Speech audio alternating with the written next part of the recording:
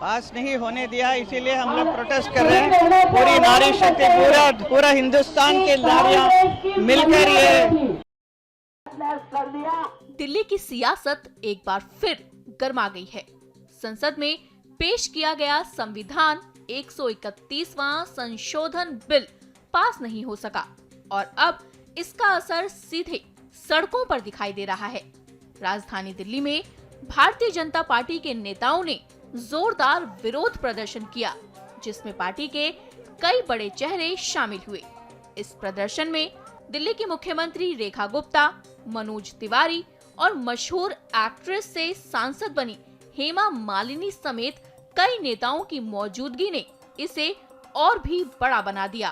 प्रदर्शन के दौरान भाजपा नेताओं ने केंद्र सरकार के समर्थन में और विपक्ष के खिलाफ जमकर नारेबाजी भी की।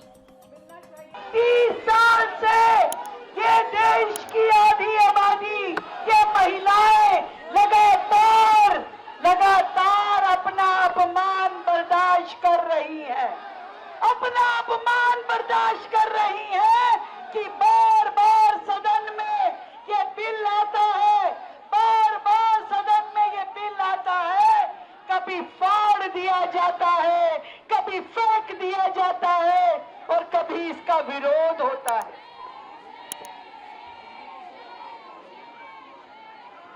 इसके पीछे क्या कारण है कि कभी वो कहते हैं डिलिमिटेशन नहीं चाहिए, कभी वो कहते हैं परिसीमन नहीं चाहिए, कभी कहते हैं 543 पे करो, कभी कहते हैं संख्या बढ़ा दो, कभी साउथ के राज्यों की बात करते हैं, कभी कोटा में कोटा की बात करते हैं, कभी मुस्लिम महिलाओं की बात करते हैं।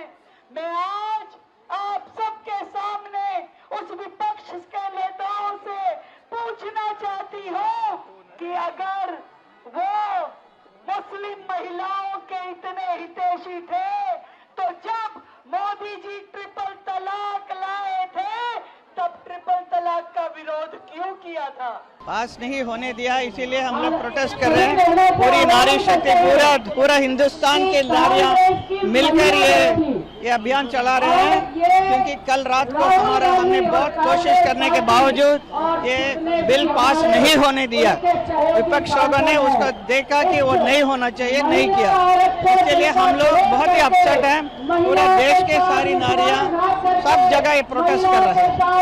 आज रात को 8:30 बजे पीएम जो है देश को संबोधित करेंगे। 8:30 बजे पीएम 8:30 बजे पीएम देश को संबोधित करेंगे। मैम 8:30 बजे रात में आज पीएम आज 8:30 बजे इस विषय में बात करेंगे, देश की जनता से बोलेंगे, देश की जितनी भी नारियां हैं उनको लिए जवाब देंगे हमारे प्रधानमंत्री मोदी जी। पूरे के विपक्ष ने, खास करके माननीय राहुल गांधी जी जो नेता प्रतिपक्ष हैं और विपक्ष के सभी घटक दलों ने कल इस देश की मातृशक्ति के साथ विश्वासघात करा है, उनकी पीठ में छुरा घोंपा है। वो चाहते हैं कि इस देश की मातृशक्ति की भूमिका केवल और केवल मतदान केंद्र तक सिमट के रह जाए। जब सत्ता की भागीदारी की बात आई तो विपक्ष के सभी घटक दलों ने और राहुल गांधी जी ने अपने स्वार्थ को सर्वोपरि, राजनीतिक स्वार्थ को सर्वोपरि मानकर इस देश की मातृशक्ति के आक्रोश का पात्र बने हैं, क्योंकि उन्होंने देश की मातृशक्ति के साथ विश्वासघात करा है। धन्यवाद।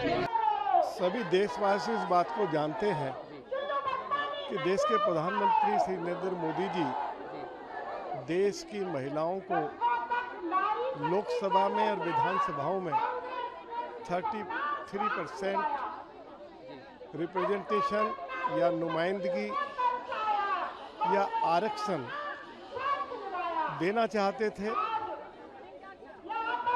अपोजिशन के साथ, कांग्रेस के नेताओं के साथ बातचीत हो गई थी और जो बिल लाया गया था उस पर अपोजिशन की तरफ से सहमति व्यक्त की गई थी, लेकिन उनको ऐसा लगा कि यदि देश की महिलाओं को 33% आरक्षण लोकसभा और विधानसभा में श्री नरेंद्र मोदी जी ने दे दिया और वे सफल हो गए, तो प्रधानमंत्री जी की लोकप्रियता पहले ही महिलाओं में बहुत ज़्यादा है और वो लोकप्रियता बहुत बढ़ जाएगी। जिस तरीके से, जिस संख्या में महिलाएं आ रही हैं, हर वर्ग की महिलाएं आपको अपना रोष और गुस्सा दिखा रही हैं। जो कांग्रेस का चाल, चरित्र और चेहरा था, उसको राहुल गांधी ने कल रात्रि पार्लियामेंट में दिखाया है। महिलाओं का हक ना देके उन्होंने महिला आरक्षण को नहीं रोका है, उन्होंने अपनी राजनीति को रोका है, अपनी राजनीति के ऊपर फुल स्टॉप किया और ये गुस्सा लगातार जारी रहेगा, ये गुस्सा लगातार नीचे तक जाएगा। ये यहाँ पे लड़ाई रुकने नहीं जा रही है, ये लड़ाई निरंतर आगे बढ़ेगी और इसकी सजा राहुल गांधी को भुगतनी पड़ेगी राजनीतिक तौर पे। वो राजनीतिक तौर पे आने वाले वक्त में जीरो हो जाएंगे क्योंकि उन्होंने महिलाओं के हक को रोका है।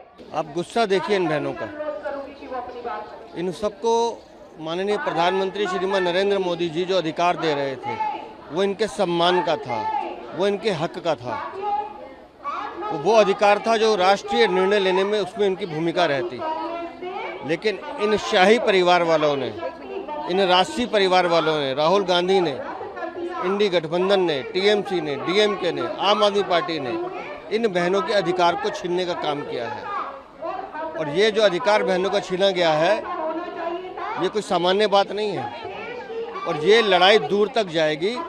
इन लोगों को इनकी औकात बताई जाएगी कि आपने इस देश की आधी आबादी को जो अधिकार मिलने वाला था वो राहुल गांधी ने छीनने का काम किया।